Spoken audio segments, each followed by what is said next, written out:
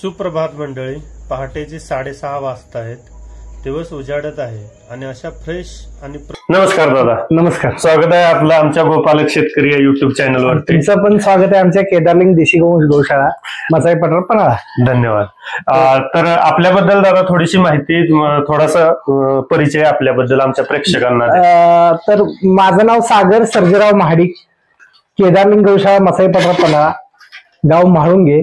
तर आज आपण गेली 10 वर्ष गौशाळेत काम करतोय आणि आता सध्या आपली मसाई पठारला 2 वर्ष झालं गौशाळा आहे. पहिला आपली कोल्हापूरमध्ये होती, आर के नगर मध्ये. अच्छा अच्छा.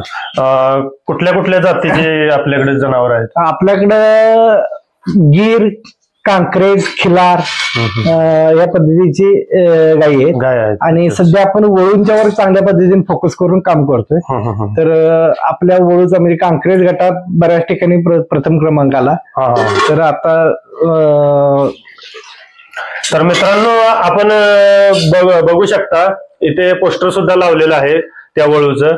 तर आता आपण त्या वळूकडे जाऊन प्रत्यक्षात वळू कसा आहे, प्रथम क्रमांकाचा मानकरी सतेज कृषी 2023 आणि भीमा कृषी 2024 या दोन्ही प्रदर्शनात ज्याने प्रथम क्रमांक कांक्रेज गटात पटकावून त्या मालकांचा मान सन्मान वाढवलेला आहे, त्या वळूची आपण जाऊन भेट घेऊया आणि दादांच्या सोबत जाऊन त्यांची गोशाळा किंवा त्यांच्या त्या देशी गाया आहेत त्या पाहूया. तर चला या दादा, आपल्या गायींची ओळख आमच्या प्रेक्षकांना करून द्यावी. असं नक्कीच. प्रथम भेटी आपल्या लाडूला. अच्छा.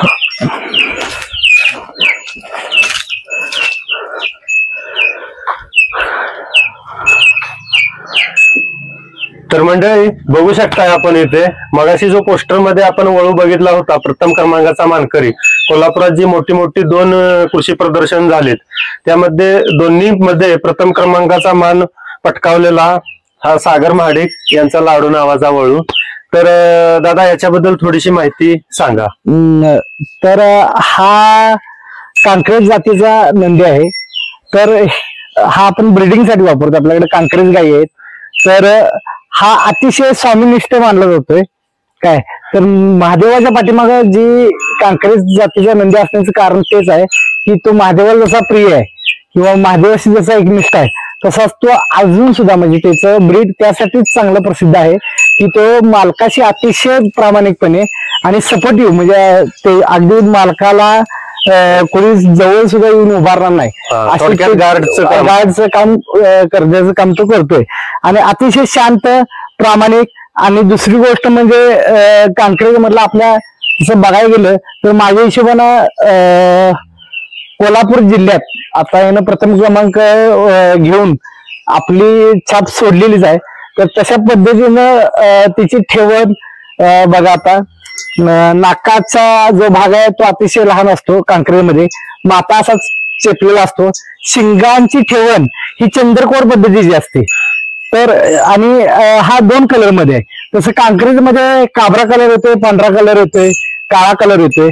पण हा काबरा आहे म्हणजे दोन्ही कलर, म्हणजे तुम्ही बघितला असा तर वशिंडापासून पुढचा भाग हा त्याचा काळा आहे, परत हा इथनं एवढा भाग पांढरा आहे आणि परत मागचा भाग काळा आहे. हा आणि अतिशय शांत आहे. म्हणजे कसं आहे की वळू जर शांत असेल तर तुम्हाला त्यांची वासरांची पैदाशी अतिशय त्या पद्धतीने क्वालिटी होती आणि शांत जनावर चांगल्या पद्धतीने दूध देतं. तर जितकं जनावर शांत असेल तितकं तुम्हाला पुढे भविष्यात त्याचा रिझल्ट चांगला येतोय. त्याच्यापासून होणारी पैदाश आहे ती शांत होती आणि हळूहळू ती दुधाला पण चांगल्या पद्धतीने उतरती. तर दादा मला याच्या वंशावळीबद्दल थोडीशी माहिती. आता हा आपण गुजरातमधून आणलेला होता आमच्या मित्रांच्याकडे, तिथनं आपण कलेक्ट केलेला आहे. तर हिचा आता कसं आहे त्यांच्याकडे सगळं रेकॉर्ड आहे मित्रांच्याकडे. अच्छा अच्छा अच्छा. तर हा बाकीचे जे कॅरेक्टर लाईन वरनं कळते तर हा एक जुनी ब्लड लाईन लाख्या बुलची त्यातल्या पद्धतीचा हा जर आता त्या ब्लड लाईन मधली जी वंशावळ आहे. तर रत्नासाठी तुमच्या फक्त गोशाळेच्या गायींच्यासाठी रत्नासाठी वापरता की जे कोण बाहेरचे गोप्रेमी जे असतील तर त्यांना रत्नासाठी आपण हा वापरतोय. आतापर्यंत अशा किती गायी भरवल्यात याच्याकडून? आता आपल्याकडे कमी भरवल्यात, म्हणजे एक 20 भर गायी भरवल्यात आपल्याकडे. पण बाहेर गाई भरवलेत जास्त. आणि त्याची पैदास वगैरे काय बघितले पैदास टॉप क्वालिटीचे पैदास आहे त्याची. अच्छा अच्छा. आणि कसं आहे पैदासला तुमच्या गाई पण त्या पद्धतीने लागतात ज्यावेळेस तुमचं ब्रीड अजून चांगलं स्वीकारलं जातं. कारण वळू हा महत्वाचा आहेच, पण त्या पद्धतीने गाई सुद्धा तुमच्याकडे ब्रीडच्या पाहिजेत. तर दादा मला पुढचा प्रश्न असा विचारायचा आहे की आपल्या इथल्या ज्या स्थानिक गाय आहेत खिल्लार किंवा कोकण गिड्डा यांना वगळून आपण कांक्रेजवरच काम करायचं का ठरवलं किंवा कांक्रेजवर भर देण्याचा आपला जो प्रयत्न आहे तो का आहे किंवा त्याचे वैशिष्ट्य काय त्याबद्दल आता कसं आहे सांगतो तुम्हाला. कोकण गिड्डा खिल्लार ह्या गाई म्हणजे प्रादेशिकातनं अतिशय एक नंबरच आहेत, पण प्रत्येकाची एक आवड असते की मला ही गोष्ट मला करायची आहे. तसं मला पहिल्यापासून कांक्रेजमध्ये काम करायची इच्छा अतिशय होती, कारण एक आत्मीयता जोडली असते तशा पद्धतीने कांक्रेजमध्ये आत्मीयता जोडलेली. आणि दुसरी गोष्ट ही एक तुमचं जर बघायला गेला की नाही तर ही मालकाशी प्रामाणिक हा एक त्यांचा स्वामिनिष्ठ आहे. प्लस दुसरी गोष्ट ही ताकदीला अतिशय भारी आहेत. पुन्हा ही ज्यावेळेस चरायला जातील त्यावेळेस ह्यांना कुठल्याही प्रकारचं बाबा भीतीदायक काय वातावरण राहत नाही. कारण ही बाकीच्या इतर ज्या जाती आता आपल्याकडे गीर आहेत खिल्लार आहेत तर ह्या जाती थोड्याशा भित्रा असतात. भित्रा म्हणजे कसं की अग्रेसिव्ह असतात, म्हणजे प्रेमळ असतात त्या. तसे ह्या फक्त मालकाची प्रेमळ आणि बाकी सगळ्यांसाठी अग्रेसिव्ह आहेत.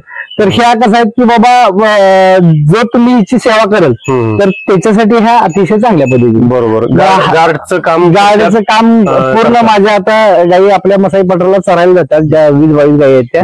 तर हा वळू आमचा आणि गाय ही गार्डचं काम करते त्या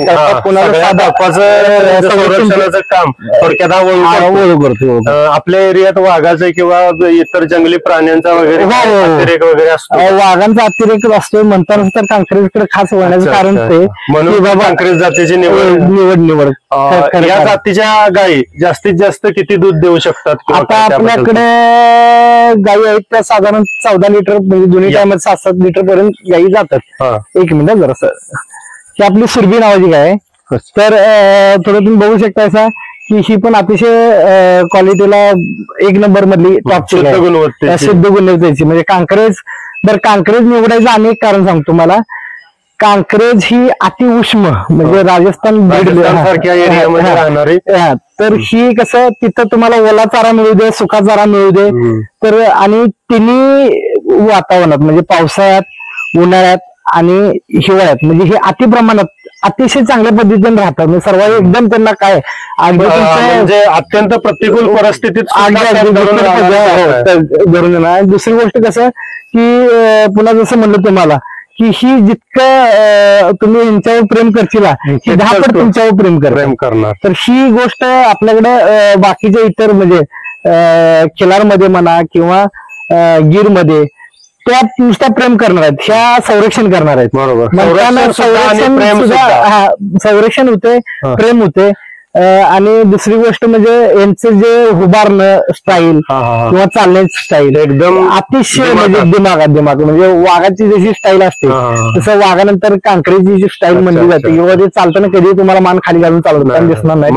अगदी चालताना ही एखाद्या आता लाडू सुद्धा आमचं चालताना प्रोजेक्शन मध्ये अगदी पैलवानासारखं चालत असतं. तर हे लोकांना जे बघायचं त्यामुळे सिलेक्ट झालाय. अच्छा अच्छा अच्छा. तर मला गिरच्या दुधाच्या तुलनेत त्या गाईच्या दुधाचं फॅट पर्सेंटेज यांचं जास्त आहे. म्हणजे गिरपेक्षा कारण त्याचं कसं जीन मध्ये जसं राहतंय. कांक्रेज ह्या गाई वाळल्या चाऱ्यावर आणि अतिशय दुर्गम परिस्थितीत चांगल्या पद्धतीने काम करतात. त्यामुळे गिरपेक्षा मी स्वतः चेक केलेलं आहे की त्यांचं फॅटचं प्रमाण चांगलं आहे. म्हणजे गिरचं अतिशय चांगलं आहे. आता त्याचं कसा विषय सांगतो तुम्हाला. आमचे काही मित्र आहेत त्यांना कांक्रेजच्या गाईचं मुलांना दूध चालू केलं तर ती मुलं अतिशय म्हणजे चालक पद्धती चपळ आहेत म्हणा किंवा अग्रेसिव्ह आहेत. अच्छा. म्हणजे कसं असतं की बाबा थोडा अग्रेसिव्ह पणा असावा लागतो म्हणजे बरोबर. आणि निर्भरपणा म्हणजे एखाद्या निर्भरपणा. ठिकाणी जाताना बाबा तिथं कोणतरी असेल असं नाही. हे जे दूध पिणार आहेत आता माझा स्वतःचा भाचा पण आहे, त्यानं आमच्या कांक्रेज गाईंचं दूध पिलेलं आहे. तर आता अतिशय तो म्हणजे आता 1 वर्षाचा आहे, तर तो अतिशय निर्भीड आहे, म्हणजे त्याला कशाची भीती राहत नाही.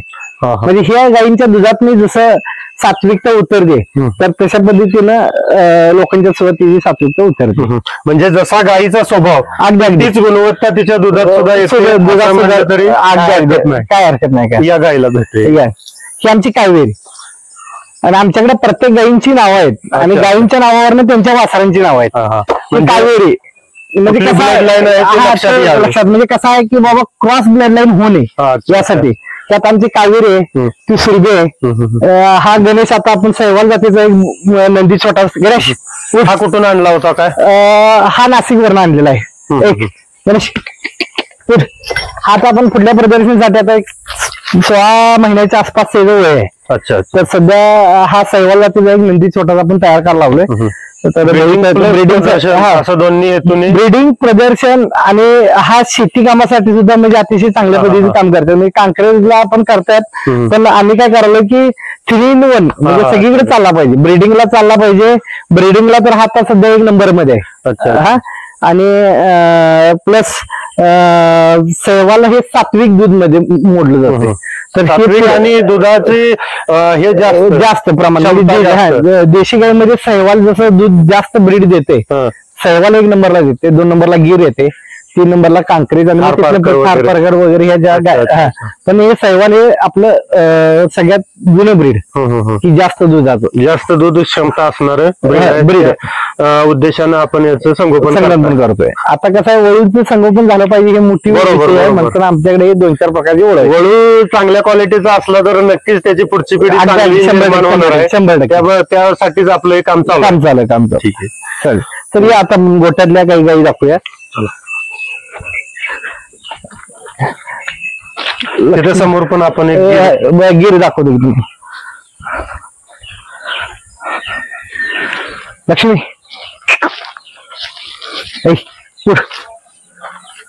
ही गिर जातीची प्युअर ब्लड लाईनचीच आहे. ही पण गाय, तिचा माता बघा तुम्ही, शिंगांची रचना. 1 मिनिट हा तुम्हाला लक्ष्मी चल उठ.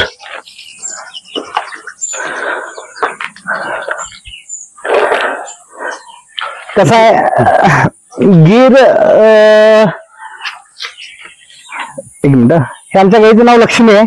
तर तिचं लक्ष्मी नाव ठेवण्याचं कारण म्हणजे आमच्या घरात ती लक्ष्मी सारखी झाली आहे आणि अतिशय चांगल्या क्वालिटी आल्यानंतर गोट्याची बरोबर. आता पण आम्हाला हिनं फक्त पाड्या म्हणजे हिच्या जवळपास 4 ते 5 कालवडी, आमच्याकडे 4 कालवडी झाल्या. तर दुधाची क्षमता वगैरे कशी आहे? दोन्ही टायमाची मिळून 11 ते 12 लिटर आम्हाला दूध, कारण आमच्याकडे वल्ल्या चाऱ्याचं कंटिन्यू सातत्य नाही. तर त्या पद्धतीनं गाई पटारवरतीच चारायला मसाई पटारला चारायला असतात. तर मित्रांनो बघू शकता, ओल्या चाऱ्याविना सुद्धा 11 लिटर दूध म्हणजे नक्कीच ती चांगल्या वंशावळीतली आहे, यात काही शंका नाही. तर या गायी सकाळी 8 पासून संध्याकाळी 4 पर्यंत मसाई पठारावरतीच चरून येतात. डोंगर दऱ्यातून ज्या काय औषधी वनौषधी असतील, काय पाला असेल तो खाऊन 11 लिटर दूध म्हणजे नक्कीच चांगली गोष्ट आहे. तर दादा अजून काय सांगाल? आता हिचं गिर मध्ये कसं आहे की तांबडा कलर हा येतोय बऱ्यापैकी, पण गिर मध्ये पण 16 प्रकार आहेत. मग ते वेगवेगळ्या गायी आहेत. गिर म्हणजे प्रत्येक ब्लड लाईन वेगळी आहे. तर ही भावनगर ब्लड लाईन सारखी आहे काय. तर गिर मध्ये काय होतं की त्याचे कान हे मोठे असतात. आता तुम्ही कानांची ठेवण बघितलं का, तर ही कानांची ठेवण मोठी असते, कांक्रेजची लहान असते. कांक्रेजची आपल्या भाल्याच्या टोकासारखी असते त्रिकोणी. तर हे कान असे मुडलेले असतात, एकदम वळलेले असतात काय. तर गिर प्युअर ब्लड लाईनचं जर गाई बघायला लागला तर तुम्ही 4 पायांना कडी घातल्यासारखे काळे रंग असतात. शेपटी हा अतिशय लांबलचक असते आणि दुधाला तशी शांत आणि समाधानी गाय. चला या आपण स्वभावातच शांतता, अतिशय शांत. जसं आपण आता म्हणतो की कांक्रेज बाबा अग्रेसिव्ह आहेत, तर ती तसं त्यांचं एक गुणधर्म सांगता येईल की बाबा अति शांत पद्धतीच्या गायी म्हणजे गिर.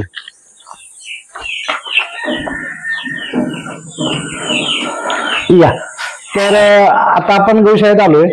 तर गौशाळेत जसं म्हणलं जातं की बाबा एकट्याचं काम नाही, कारण जवळपास आपल्याकडे 20-22 गोवंश आहेत. अच्छा. आणि त्यात 3-4 प्रकारचे आहेत. तर गौसेवेत अर्ध्याला जास्त वाटा माझी बायको हिचा आहे. तर हिचं पण मला भरपूर श्रेय आहे गौशाळेत मदतीला.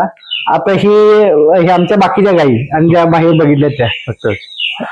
तर वहिनींची ओळख थोडीशी करून द्या, त्यांचं नाव. वहिनी, आपल्याबद्दल थोडस सांगा आमच्या प्रेक्षकांना. कांता सागर महाडिक. हा. मला काही जास्त आवड नव्हती ह्याच्यात. अच्छा. मी कधी केलंच नव्हतं. खरं ह्यांनी सुरुवात केल्यावर नंतर मला पण आवड निर्माण होती गेली. हा, सगळ्या गोष्टींची. आता आपण गोशाळेचं कामकाजाचं जर हे बघितलं, रूपरेषा वगैरे, तर आपण काय नेमकं काम करता येते गोशाळेत यांच्या अनुपस्थितीत? सगळं माझं मी आवडतो. धारा, शेण काढणे, खायला, पाणी, प्रोडक्ट, जे प्रोडक्ट निर्मिती आहे सगळे माझं मी करते. तर मित्रांनो, यांचे बाय प्रोडक्ट सुद्धा बरेच आहेत, त्यांची सुद्धा माहिती आपण थोड्या वेळात घेणार आहोत. तर त्या प्रोडक्ट निर्मितीमध्ये पण आपला हातभार भरपूर, म्हणजे सगळं प्रोडक्शन काम त्याच्याकडेच आहे. माझ्याकडनं कसं होतं की थोडं माहिती चांगली जाते की अशा पद्धतीने करायच्या पद्धतीने बनवायचं, ते सगळं तिथनं पुढे सगळं काम तिचं किंवा त्या पद्धतीने मजुरा करवी किंवा मदत करून वगैरे करून घेणे आणि स्वतः करणे. महत्वाचं म्हणजे स्वतः करण्यावर तिचं जास्त भर आहे. तर इथं आपण खाली जसं बघू शकताय की कोबा वगैरे काही केलेलं नाही. बऱ्याच गोशाळेमध्ये कोबा वगैरे, मॅट वगैरे टाकतात. तर हे कोबा न करता हे बुरमाची किंवा हिची जमीन राखणे माग काय असं खास भरपूर त्याचे फायदे आहेत. जसं आपल्या शरीराला, मानवी शरीराला भूमितत्व मिळणं गरजेचं आहे. गाय तुमची ही भूमीवरच बसली पाहिजे. तर ती त्या पद्धतीनं त्यासाठी एकतर मोठा विषय की भूमितत्व मिळालं पाहिजे. प्लस गायी ज्यावेळेस चरून येतात तर त्या डोर मधनं एकदम येतात, त्यावेळेस पावसातनं ज्यावेळेस भिजून येतील त्यावरनं पाय निसटतात आणि याच्यावरनं पाय निसटत नाहीत. प्लस ज्यावेळेस गाय आपली जमिनीवर बसते त्यावेळेस जमिनीचं टेम्परेचर आणि गायीचं टेम्परेचर सेम होतं. त्यामुळे त्याचं बेनिफिट रवत संस्थेसाठी अतिशय चांगल्या पद्धतीने, जमिनीतील जी काही सकारात्मक ऊर्जा अगदी शरीरात 100% त्याचा रिझल्ट. त्यामुळे कोबा न करता आपली पारंपरिक पद्धतीने आणि याच्यावर बऱ्याच वर्षापूर्वी लोकांनी, म्हणजे आपल्या पूर्वजांनी काम केले. फक्त आपण काय झालं की गायींच्यात बदल केलात, म्हणजे लोक याच्यात जर्सीकडे वळल्यानंतर त्यांच्या पद्धतीने आणि त्यांच्या पद्धतीने परत ह्या गायींच्याकडे थोडंसं बदल झालेला आहे. त्यामुळे लोकांना काय वाटतं की गाय मॅटवर बसली पाहिजे, गायीला कोबा चांगला पाहिजे. तर ही चुकीची संकल्पना आहे. कारण आता आमच्या गायी आम्ही धुतोय, पण बाहेर जाऊन स्वच्छता धुतोय. आता तुम्ही जर बघितलं असतील तर गायीचं गोमूत्र पडलं ते जमिनीत गेलं, लक्षात काय. तर इथं पाण्याचा काही संपर्क येत नाही. पण गायी आम्ही बाहेर ज्यावेळेस काढतोय, धुतोय, स्वच्छ करतोय आणि परत आत बांधतोय. आणि दिवसभर गायी आपल्या मसाई पत्राला चरत असते. त्यामुळे मुक्त गोट्याचं काय आपल्याकडे संकल्पना नाही आहे. गोमूत्र जे जमिनीवर पडतं, जर समजा आपण गोमूत्रावर बाय प्रोडक्ट वगैरे बनवते. आता सकाळी आमचं 5 ला कलेक्शन असतं. सकाळी ज्यावेळेस आमचं गायींचं आवरावरी चालू असते त्यावेळेस आपण गोमूत्र भरपूर पद्धतीने पकडतोय आणि ते जीवामृत किंवा बाकीचे प्रोडक्ट आर्क वगैरे बनवण्यासाठी आपण काढतोय. अच्छा. हा इथे मित्रांनो बघू शकता काळ्या कलरचा गिरमध्ये नंदी आहे. याच्याबद्दल थोडीशी. हा आमचा शंकर जातीचा, म्हणजे गिरचा नंदी आहे, शंकर नावाचा, आणि अतिशय शांत आहे. जसं तुम्हाला मगाशी मी म्हटलं की गिर जात ही अतिशय शांत येते, तर त्या पद्धतीने शांत. आणि हा सुद्धा आपण सर्व्हिससाठी वापरतोय आणि शेती कामासाठी सुद्धा. शेती कामासाठी म्हणजे कसं की आम्ही फक्त वेरणीला आणायला किंवा काय ह्यासाठी फक्त छकडा वगैरेला झुकून गायींचं किंवा वळूंचं काम हे त्यांना आलं पाहिजे म्हणताना आपण हे करतो. पण वळू आपण कुठल्या पद्धतीला वाम मार्गाला न देता त्याच्यात बऱ्याचशाच गोष्टी किंवा कोणी मागितलं तर आपण त्या पद्धतीने देऊन फक्त वळू जगला पाहिजे, ज्यावर जास्त हे आहे. आता एवढ्या छोट्याशा गोष्टी तुम्हाला 3 प्रकारचे ओळख कुठं बघायला मिळणार नाही, पण हे आम्ही पण चांगलं करतो. आपल्याला ही आवड कधीपासून निर्माण झाली किंवा काय? आवड म्हणजे कसं आहे की आपण तसं बघायला गेलं तर कृष्णाचे वंशज आहे, आपण हिंदू गवळे आहे. तर गायींच्यात ही आत्मीयता पहिल्यापासून आहे आणि रक्तातच आहे ते. आणि पहिल्यापासून म्हणजे अगदी 10-11 वर्षापासून आपण ही गौसेवा करतोय. पहिला जसं तुम्हाला मगाशी म्हटलं आपली गौशाळा ही पण आरकेनगरला होती. तिथं थोडं गायींचं आमच्या अडचण यायला लागली जागेची, किंवा लोकांचा प्रॉब्लेम यायला लागला तिथं. हा प्रॉब्लेम म्हणजे त्यामुळं ते तिथलंच आपण हे करून इकडे गावाकडे आपण गौशाळा बांधली किंवा घर बांधला आणि आता आपण इथे राहून दूध वगैरे सगळं आपलं कोल्हापूरला जाते किंवा बाय प्रोडक्ट सगळे कोल्हापूरला. तुमच्या कामाबद्दल थोडस. मी 2 व्हीलर मेकॅनिक आहे आणि आरकेनगर पाचगाव आपलं गॅरेज आहे आणि आपलं बाय प्रोडक्ट आपण तिथंच गॅरेज आपल्यासाठी विक्रीसाठी ठेवतोय. दूध आपल्या रोजचे जे जाते एक 10-15 लिटर जाते. आता गाई सध्या गाभण आहेत, पण ते 10-15 लिटरचे रतीबे जी आपले कोल्हापूरमध्ये आपण सकाळी इथनं आवरून 9-10 वाजता बाहेर पडतोय, जाता दूध देतोय. आता आपण 100 रुपये लिटर विक्रीवर. कसा प्रतिसाद आहे लोक? चांगला आहे. क्वालिटी बद्दल तर अतिशय चांगलाच आहे, कारण गेली 10 वर्ष आपण करतो. एखादा व्यवसाय करताना समजा जर 10 क्वालिटी जर ठेवली नाही तर 10 वर्ष चालू शकत नाही असा विषय होते. कारण आपल्या काही या डोंगर दऱ्यातून चरून ज्या काय औषधी वनस्पती खातात त्यामुळे तर नक्कीच दुधाची क्वालिटी चांगली त्याबद्दल काय जमत नाही. तर आपला तुमच्या आणि वहिनींच्या व्यतिरिक्त आपल्याला अजून कोणाची मदत गोशाळेसाठी होते का कामासंदर्भात? असेल नाही, आम्ही दोघंच स्वतः सगळे. अच्छा. बऱ्याच गोष्टी कसं आहेत की बाबा कामगार ठेवणं किंवा ह्या गोष्टीला सुद्धा इथं खर्चाचा ताळमेळ बसणं थोडंसं अवघड होतं. बरोबर. म्हणताना स्वतः आम्ही करतोय की जे काय काम असेल ताळमेळ जो बसवता गोशाळेचा तो कुठल्या मार्गाने किंवा काय त्याच्यावर उपाययोजना, गोशाळेचा जो खर्च आहे किंवा काय आता ताळमेळ बसवण्यासाठी काय उपाययोजना? काय आपलं दुधाचं तर प्रोडक्शन आहे, दुधाबरोबर बाकीचे पण प्रोडक्शन आहेत म्हणजे शेण गोमूत्रावर ते आपण दाखवूया तुम्हाला तर कशा पद्धतीने. तर दादा आपला आताच विषय चालू होता गोशाळा स्वावलंबी होण्याबद्दल आपण काय प्रयत्न करता किंवा काय उपाययोजना करता त्याबद्दल. आता आपण जस्ट आता गांडूळ बेड लावले, म्हणजे पहिला आपण गांडूळ विक्री करत होतो किंवा गांडूळ बेड होते, पण कल्चर आमच्याकडलं म्हणजे शिफ्टिंग केल्यानंतर कल्चर आमच्याकडलं ज्यांना दिलेलं त्यांच्याकडनं मिळालं नाही, म्हणताना आपण आता नवीन कल्चर आणलंय आणि ते कल्चर वाढवण्याचं काम केलंय. कल्चर कुठून आणता? हा आता आपल्याला मित्रांनो आमच्या कर्नाटकातून दिलं, इंद्रजित पाटील म्हणून आहेत, त्यांच्याकडनं आपण घेतलंय. जसं तुम्हाला म्हणलं गांडूळ खताचं बेड आणि यात आपण कल्चर वाढवण्यासाठी पहिला एक बेड लावलेला आहे. ते आता आपण केलेलं ही गांडूळ खतासाठी रूम केलेली आहे. तर हे गांडूळ खत तुम्ही आता बघू शकता, यात गांडूळ आहेत. या दाखवतो मग. त्याला काळं सोनं म्हणलं जाते. ते जमीन पडल्यानंतर अतिशय चांगल्या पद्धतीनं काम करते आणि तुम्ही आता ह्यात बघू शकता हे बघा गांडूळ. यात जर तुम्ही बघितले सा तर गांडूळ ही काम करत असतात. गांडूळ आहेत बघा. तर हे गांडूळ खत आपण आपल्या गॅरेज विक्री होते लोकांना, म्हणजे कुंड्यात घालण्यासाठी, घरात झाडांसाठी हे अतिशय चांगल्या पद्धतीने गांडूळ खत. अच्छा. आणि जीवामृत दाखवतो या तुम्हाला.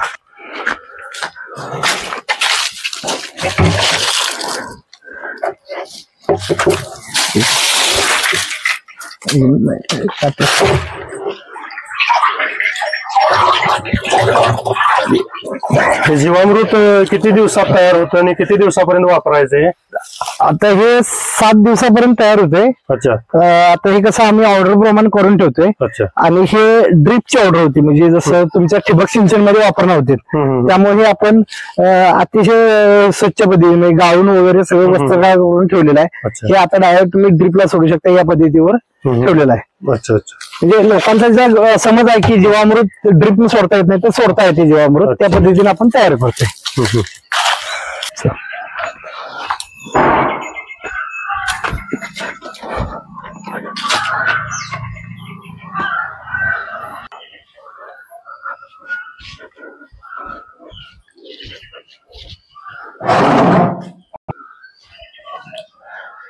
तर मित्रांनो बघू शकता आता आपण दादांच्या ऑफिस कम कार्यालय म्हणजे जे काही कामाचं ठिकाण आहे त्या ठिकाणी कार्यशाळेजवळ आलेलो आहे, जिथे त्यांचं पंचगव्य प्रोडक्ट वर काम चालतं आणि ते प्रोडक्टची माहिती किंवा काय काय आहेत प्रोडक्ट याबद्दल दादांच्याकडं थोडक्यात जाणून घेण्याचा आपण प्रयत्न करूया.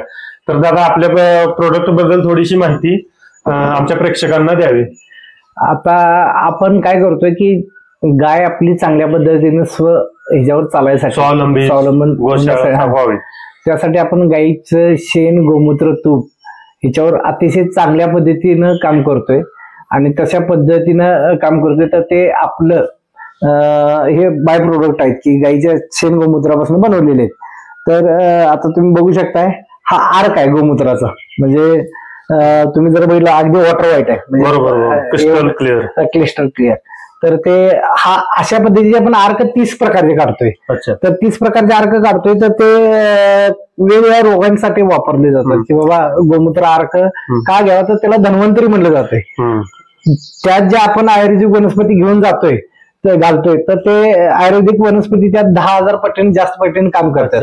म्हणताना हा अर्क मध्ये आपण त्या औषधी वापरावं. याची किंमत किंवा प्रत्येक प्रोडक्टची माहिती करून देताना त्याची किंमत सुद्धा सांगा, म्हणजे जेणेकरून जे कोण नवीन गोपालक तयार होणार आहेत किंवा आपला व्हिडिओ बघून जे कोण विचार करतायत की गाय पाळण्याचा, तर त्यांना सुद्धा मदत होईल की बाबा काय दराने गायीपासून हा गोमूत्र अर्क आहे, हा आता प्लेन आहे. तर ह्याच्यात आपण प्लेन अर्क हा 170 रुपये अर्धा लिटर देतोय. आणि जे आयुर्वेदिक वनस्पती घालून अर्क काढले जातात तर तो आपण 250 रुपये अर्धा लिटर, म्हणजे साधारण 500 रुपये लिटरचा अशा हिशोबाने देतोय. आणि हा झाला तुमचा आता गोमूत्र अर्क झाला. हे फिनेल आहे. म्हणजे आता हे फिनेलचा रिझल्ट इतका चांगला की ह्याच्यापासून माशी किंवा मुंगी तुम्हाला घरात होणार नाही. तर हे पण गोमूत्रापासून बनवलं जाते. ह्याच्यात आणि जे दुकानात फिनाईल मिळतं यामध्ये काय फरक आहे? अतिशय चांगला प्रश्न विचारला, सांगितलं तुम्ही. तर सात्विकता म्हणलं जाते, लक्षात घ्या. तर सात्विकता आपल्या या फिनेलमुळे आहे. आणि आता तुम्ही म्हणणार की मग ते फिनेल चुकीचं, तर कसं आहे की तुम्ही एक साधी गोष्ट बघितली, पहिला आपल्या घरातले समजा कुठलं दैविक कार्य किंवा विधी कार्य किंवा आणि कुठल्या गोष्टी गोमूत्र वापरत होते. पण आत्ताच्या प्रत्येकाला गोमूत्र किंवा गाय शक्य नाही पाळणं, तर गोमूत्र ताजं मिळणं. तर आपण हा फिनेल जर तुम्ही वापरला असा तर या फिनेल मध्ये 80% गोमूत्र आहे. गोमूत्र म्हणजे गोमूत्राचा अर्क आहे. तर याचा वास गोमूत्रासारखा येत नाही. ह्याचा आता तुम्ही जर बघितलं असं तर अतिशय फळासारखा वास येतो. तर हे तुम्ही घरात वापरला असा तर सात्विकता राहिली, प्लस माशी मच्छर डास वगैरे प्रादुर्भाव कमी. आणि शेवटी कसं आहे की बॅक्टेरिया विरहित केलंच काम. आता तुम्ही सुरुवातीला बघितलं स्मशानभूमीत आपण जर गेलो तर गोमूत्र आणि शेणात सडा टाकतात. त्याचं मागचं कारण काय आहे, तर ते त्या व्यक्तीला जो व्यक्ती वारलेली आहे तर त्याच्यातले रोग जे जीवाणू जंतू जे आहे ते त्यातनं नष्ट व्हावे म्हणताना त्याच्यावर गोमूत्राचा आणि शेणाचा सडा केला जातोय. त्या पद्धतीनेच आपल्या घरात कुठलेही बॅक्टेरिया किंवा जीवाणू किंवा व्हायरल प्रादुर्भाव होणे म्हणून हे गोमूत्र काम करते. आता हे दंतमंजन आहे, हे पंचगव्य दंतमंजन आहे. तर दंतमंजन कसं आहे की लोकांना आता जर तुम्ही बघितलं असाल तर कोलगेट किंवा ह्या गोष्टी वापरले जातात. आणि दात खराब होण्यासाठी ते महत्वाचं कारण आहे. मेन कारण आहे टूथपेस्ट आणि त्याच्या मागचं कारण आहे ब्रश. जी लोक ब्रश कंटिन्यू वापरतात त्यांना नजरेचा प्रॉब्लेम हा 100%. कारण काही आपल्या शरीराबद्दल लोकांना अभ्यास माहित नाही, तर तो अभ्यास झाल्यानंतर न कळते की बाबा हे चुकीचं आहे. तर दंतमंजन हे हातावर ठेवून बोटानं अतिशय चांगल्या पद्धतीनं. आता हे तुम्ही जर बघू शकताय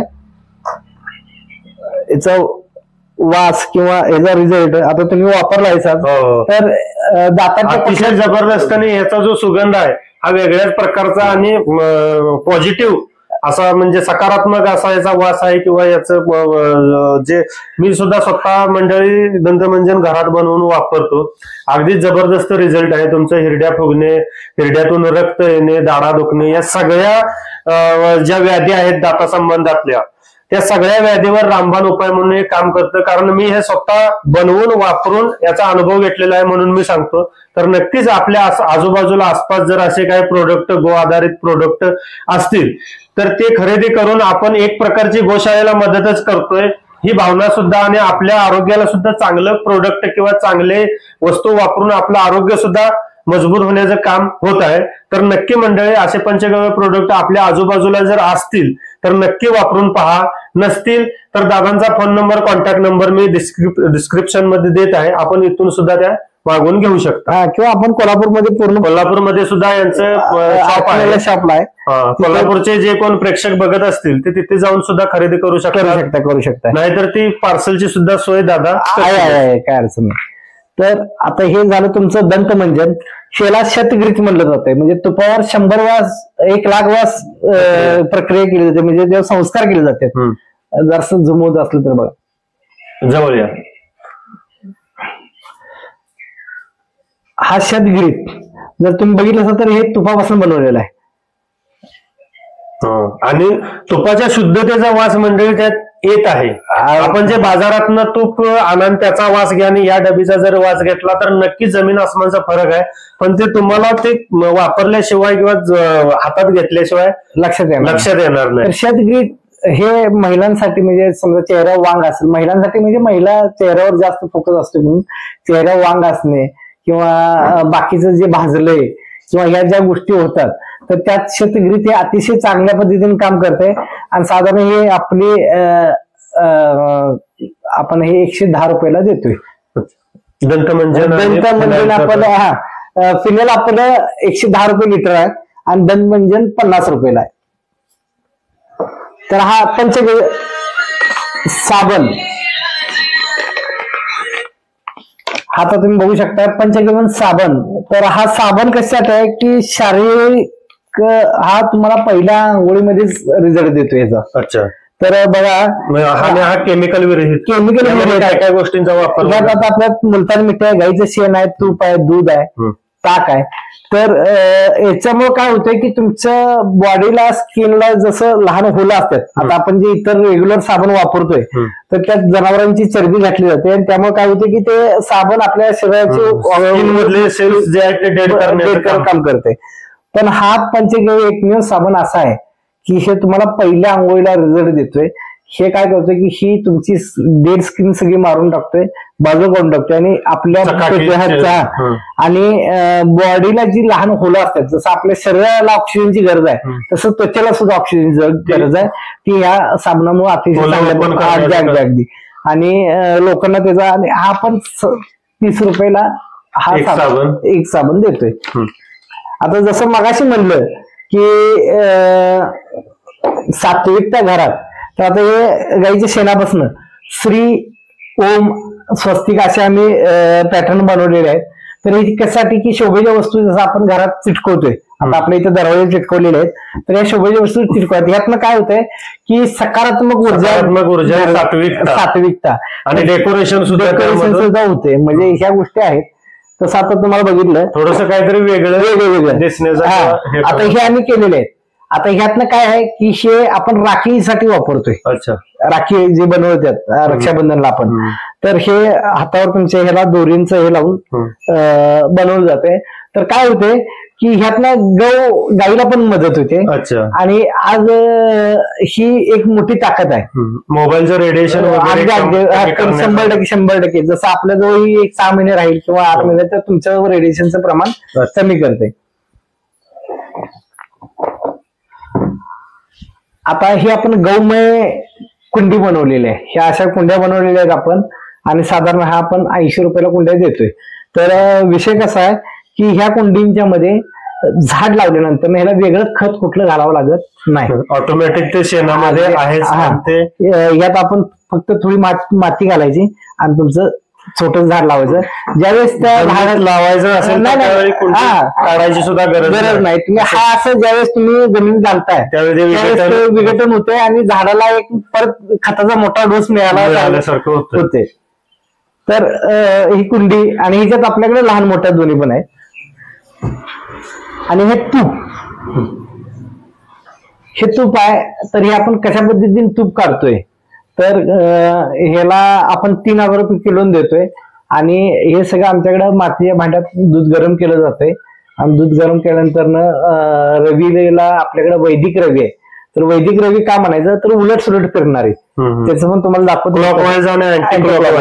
मग त्याच्यातनं काय होतंय की न्यूट्रॉन आणि प्रोटॉन एकमेकांना आढळल्यानंतर जी ब्रह्म ऊर्जा तयार होते.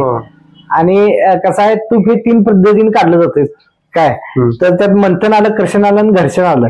काय तर क्रशर मध्ये काय होतं की मॉलिसिस कट होतात जे मिक्सरला आपण काढतोय. अच्छा अच्छा. ते मॉलिसिस कट झाल्यामुळे काय होतं की ते ताक गरम असते. ते ताक गरम असते तर त्यातनं काही जे आपल्याला घटक जे पाहिजे ते त्या ताकात उतरतात आणि तुम्हाला लोण्यात ते येत नाही, तर लोण्यातनं परत तुपात येत नाही.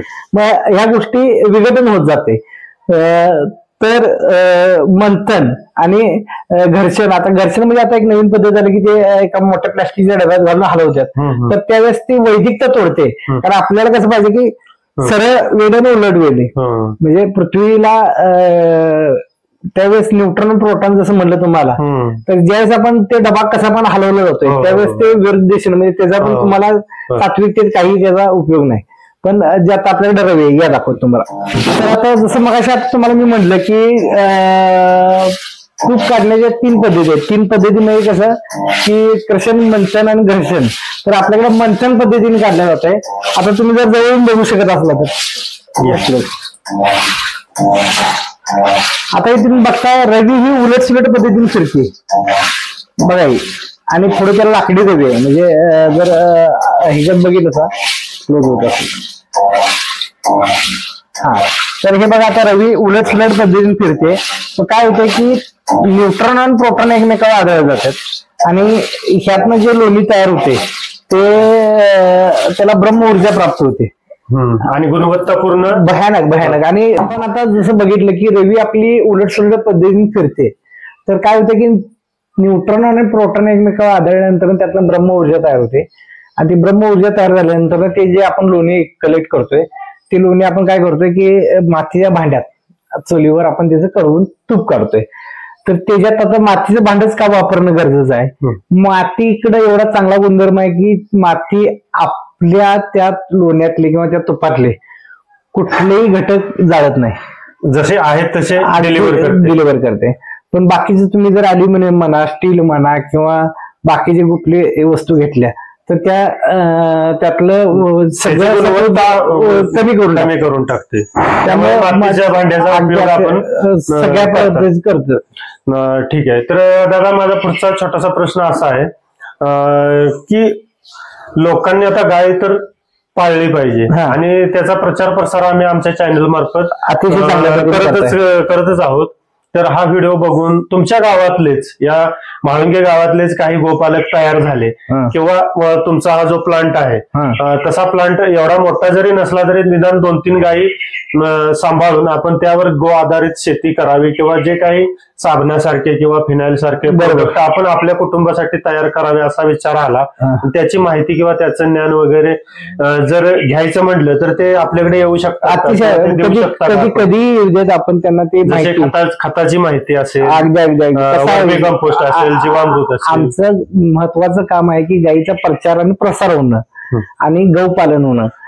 कसं आहे, रक्षण कधी केलं जाईल की ज्यावेळेस गौपालन चांगल्या पद्धतीने करत घरात गाय वाचेल. ते माझे गुरु संतोष महाराज टिप्पोर्ली, तर ते स्वतः सांगतात की गाय आपल्याला, आपण गायीला पळत नाही, गाय आपल्याला पळते किंवा गाय आपल्याला.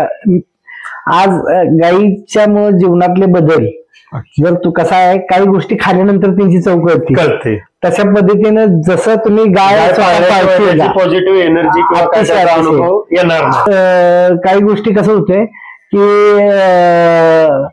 गौपालन आपण करतोय सध्या, तर गेली 10-12 वर्ष सुरुवातीला आपल्याकडे एकच गाय होती म्हणा, आणि त्यानंतर काय झालं की गायीबद्दल आम्हाला जसं आम्ही अजून काय म्हणतो की अजून आम्हाला गाय कळली नाही. गेली आम्ही 10 ते 12 वर्ष आम्ही काम करत असलं तरी पण गाय कळली नाही. म्हणजे कसं आहे, दर वेळेस गायीकडं काय ना काय तर शिकायला. जसं सुरुवातीला आमचे एक गुरु जोशी सर म्हणून, म्हणजे जोशी, तर गौ परिषद होती.